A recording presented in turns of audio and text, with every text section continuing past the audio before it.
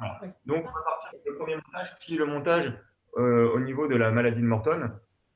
Donc, pour ce faire, alors toujours avoir de bons ciseaux, parce que les bons ciseaux, ça permet de faire des belles découpes et éviter que le ciseau s'accroche sur le tape, c'est important, parce que sinon, ça crée des petites aspérités. D'accord. Le point important, c'est que les plis sont à proscrire au niveau du tape, parce que sinon, ça crée des zones de friction et des zones potentiellement parasites pour le corps. Donc, il faut prendre une bande et on va, pour la maladie de Morton, en fait, on va jouer sur les interosseux supérieurs et inférieurs. D'accord. Donc, ça va être un montage qui va être du musculaire. Donc, le montage musculaire, c'est un montage qui se fait à 10% de tension. Donc, le montage, on va partir sur le pied droit. Vous voyez bien ici, ou il faut que je rapproche un petit peu la caméra peut-être? Vous voyez que on va rapprocher un tout petit peu la table. Voilà. Normalement, ça devrait être mieux pour que. Voilà. Donc, le but étant de passer les orteils dans les interstices. Donc, selon la morphologie de votre patient, vous pouvez faire 2 interstices ou 3 interstices. Lorsque les patients ont des orteils fins, il vaut mieux faire 3 interstices. Vous coupez la bande en son milieu, d'accord, et vous décollez légèrement le tape. Attention, une chose importante, on évite de mettre ses doigts sur le tape parce qu'effectivement, le film gras qu'on a sur nos doigts va altérer un petit peu la colle, le collage. D'accord. Voilà. Soit le patient est capable de vous aider à écarter un petit peu les orteils, ce qui est le cas chez Florence, ou sinon, on laisse, on fait un étirement qui est suffisamment conséquent au niveau du tape et on passe le tape au niveau des orteils. D'accord. Une fois qu'on est là, le tape musculaire, eh bien c'est 10%, donc c'est 0% de tension à la base, 10% sur la zone thérapeutique avec un étirement de la structure musculaire, et une fois qu'on passe l'embase, on laisse à 0. J'espère que tu m'as pas mis de crème. Merci.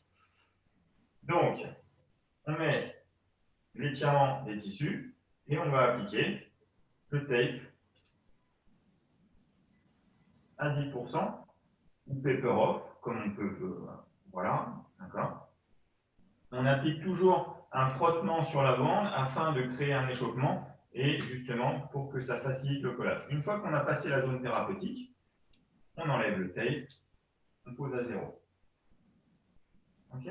Voilà, donc là on a fait la partie supérieure, donc on joue sur les interosseux supérieurs. On va partir sur la partie inférieure, donc même principe, on met en tension les orteils, on déroule le tape à 10%, sur la face plantaire, on relâche, et on met à 0 l'embase terminale. Toujours éviter de faire des plis, d'accord. Voilà, et on active la colle. Dans la pathologie de Morton, on sait que la palette métatarsienne, a tendance à venir comprimer un petit peu les nerfs interdigitaux. Donc pour ce faire, on va agir en recréant une arche inférieure, donc la concavité inférieure. Donc on va prendre un tape qui va prendre une largeur de 2 carreaux et demi, et on va venir appliquer une tension très forte sur toute la largeur de la bande, et on va venir resserrer la palette métatarsienne pour avoir cette action, et on termine le tape sur la face supérieure. De sorte que lorsque le pied sera en appui, on recréera cette arche antérieure qui est concave vers le bas. D'accord. Voilà. Donc ça, c'est fait pour libérer la maladie de Morton, pour le névrome, d'accord, pour lui donner de la place. D'accord. Voilà. On va enchaîner avec. Alors, vu que la vidéo a coupé tout à l'heure, j'essaie d'accélérer un petit peu. Si vous avez des questions, vous n'hésitez pas à les poser. J'avais pré-découpé tous les tapes. Okay. Donc là, on va passer sur le montage de la séquelle d'entorse. Donc la séquelle d'entorse, c'est bien un montage qui se fait a posteriori du traitement pour un patient qui est encore en instabilité, qui a une sensation justement de laxité au niveau de cette cheville. Mais il faut bien avoir en tête que la laxité d'entorse, il faut faire un traitement kiné, il faut faire un traitement par semaine. Dans tous les cas, le tape, c'est un traitement qui est complémentaire de notre traitement orthétique, du traitement orthétique ou manuel. D'accord. Et On demande au patient de descendre légèrement vers moi. Donc là, on va jouer un petit peu sur toute cette zone-là, puisque généralement, c'est une zone qui est relativement sensible. Donc on va prendre un tape qui va faire 2 carreaux. Pareil, on étire à 100% et on va venir mettre le pied à 90 degrés. Et on va venir mettre le tape au niveau du rétinaculum des extenseurs, okay, avec une tension importante en son milieu et avec des embases à 0. Toujours pareil, les embases, l'ancrage, c'est 0. Okay. Voilà. Une fois qu'on a été sur cette zone-là, on va venir jouer sur le ligament postérieur. Donc, il va falloir faire un tape qui va venir dans le sens contrôle-lésionnel du mouvement. Hein. Donc, le mouvement lésionnel, c'est celui-ci. Donc là, on va chercher à refermer l'espace latéral. Donc, on prend insertion avec une embase d'un carreau au niveau de la malléole médiale. Attention à ce que le tape soit très vertical, d'accord? Parce que s'il n'est pas suffisamment vertical, vous allez avoir un impact sur le suivant. Okay. Donc là, on descend verticalement. On peut demander au patient d'avoir une cheville quasiment à 90 degrés. Idéalement, hein, je vous rappelle, hein, lorsque vous posez du tape, il ne faut pas de crème sur les pieds, d'accord? Parce que sinon, le tape ne tiendra pas. Une fois qu'on a passé le bord latéral du calcanéum, là, on va pouvoir exercer une tension très importante au niveau du tape, justement, pour refermer Salut Pierre, pour refermer le compartiment latéral. Donc, une tension de 100%, d'accord, qui vient sus-malléolaire et on déroule. Voilà, merci, la crème.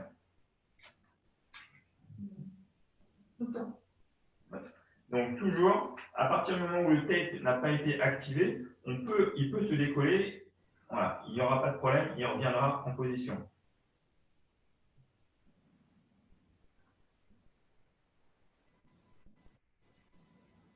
Ok, parfait.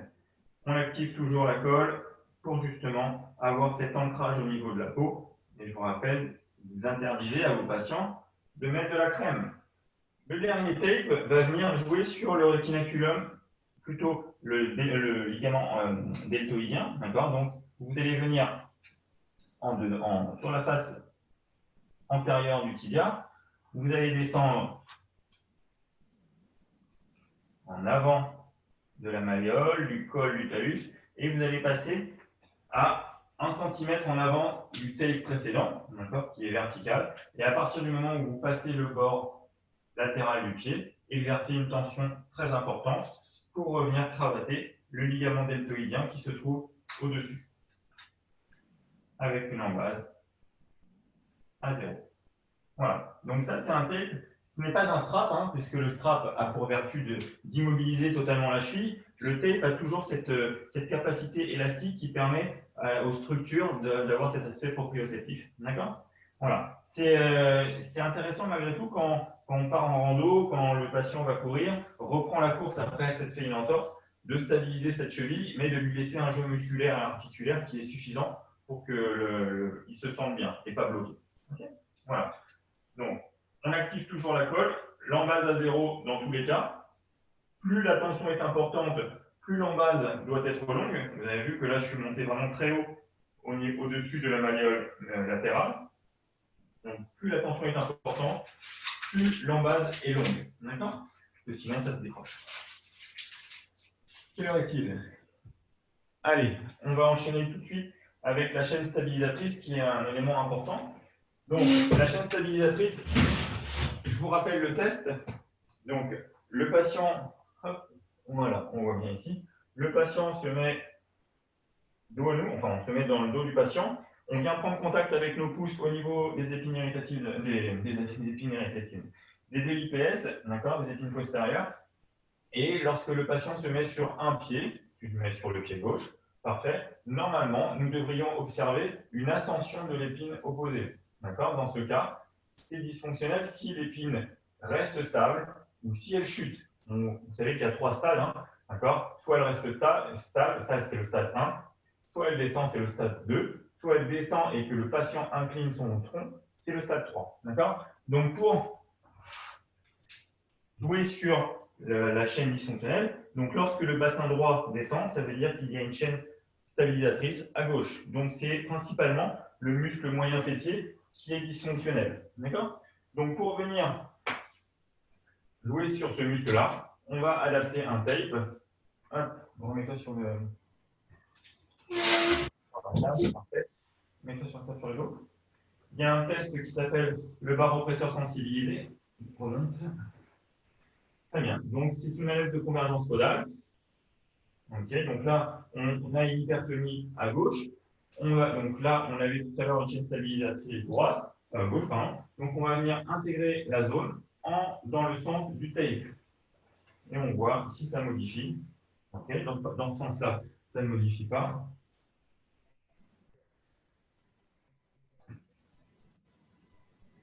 Là, on a une amélioration. Donc, on va poser le tape d'avant vers l'arrière avec une largeur de bande qui sera équivalente à 2 doigts. D'accord? Donc, dans ces cas-là, je recoupe ma bande. Comment tu peux te relever, s'il te plaît?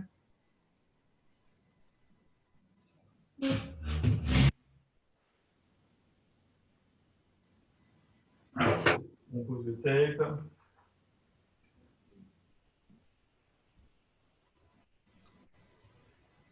Donc,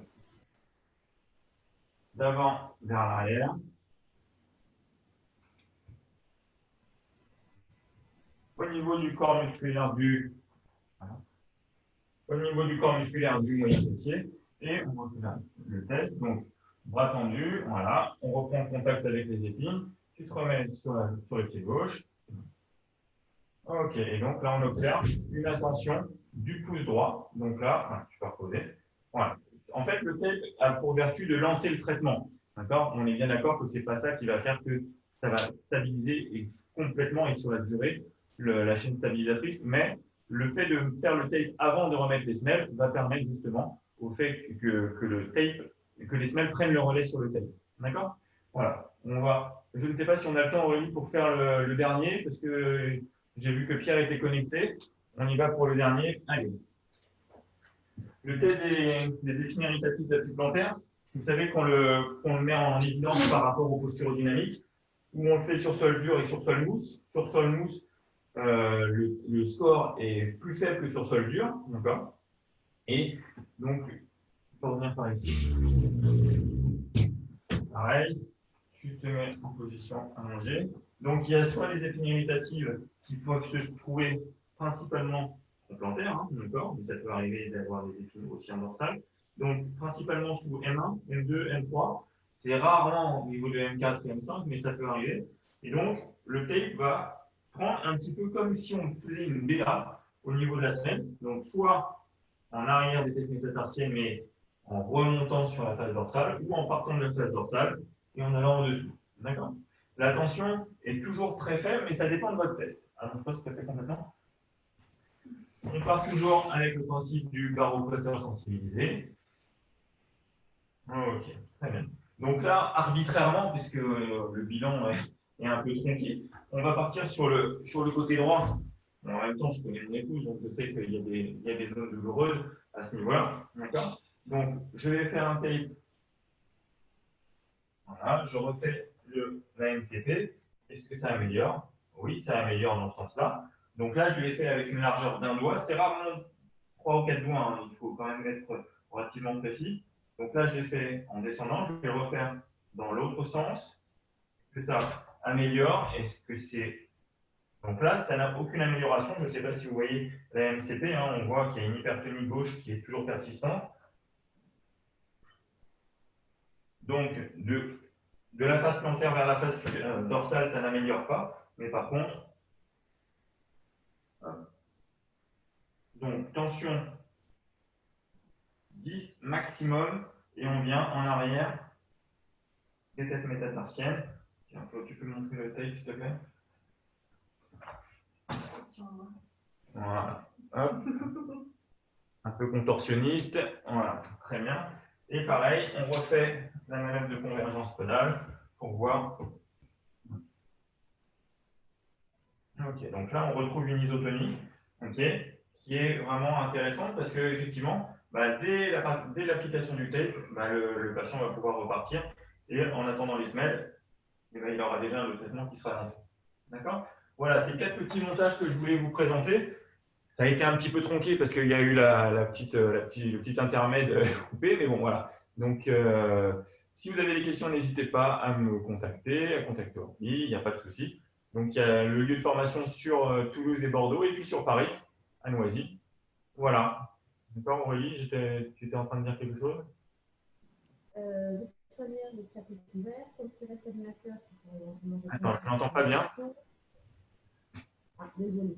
Je disais que de toute manière, le chat reste ouvert, donc les questions les gens pourront continuer à poser. Je vais donner un document pour les informations sur les dates, les lieux des formations. Vous pouvez ensuite vous rapprocher de la salle 1 ou 2. Vous avez des questions complémentaires sur le côté organisationnel des formations. Ok, très bien. Bon, bah écoutez, il nous reste à passer la main à Pierre qui va prendre le relais.